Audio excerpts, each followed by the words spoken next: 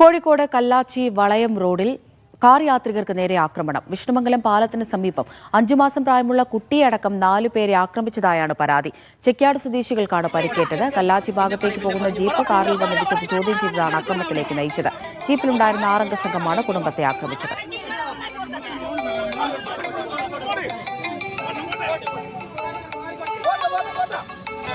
ദൃശ്യ പുതിയടത്ത് വിവരങ്ങൾ നൽകാനായി ചേരുന്നുണ്ട്. ദൃശ്യ, ഇത് എന്താണ് സംഭവിച്ചത്? എപ്പോഴാണ് ഈ സംഭവം ഉണ്ടായത്?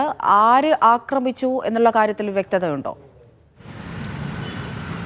അമൃത, ഇന്ന് ഉച്ചയോടെയാണ് ഈ ഒരു ആക്രമണം ഉണ്ടായത്. കല്ലാച്ചിയിൽ നിന്ന് പുളിയാവ് ഭാഗത്തേക്ക് പോകുന്ന കാർ യാത്രികർ, അതിൽ 4 പേരാണ്, 5 മാസം പ്രായമുള്ള കുട്ടിയടക്കം 4 പേരാണ് വാഹനത്തിലുണ്ടായിരുന്നത്.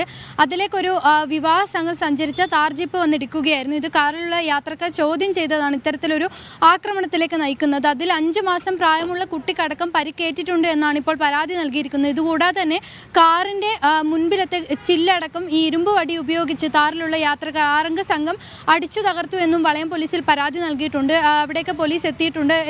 പോലീസ് എത്തിയതിന് ശേഷമാണ് ആക്രമണം നിയന്ത്രിക്കുകയും ഈ ഒരു ആൾക്കൂട്ടം നിയന്ത്രിക്കുകയും ചെയ്തത്. പിന്നീട് അവിടെ നിന്ന് ആളുകളെ മാറ്റുകയായിരുന്നു.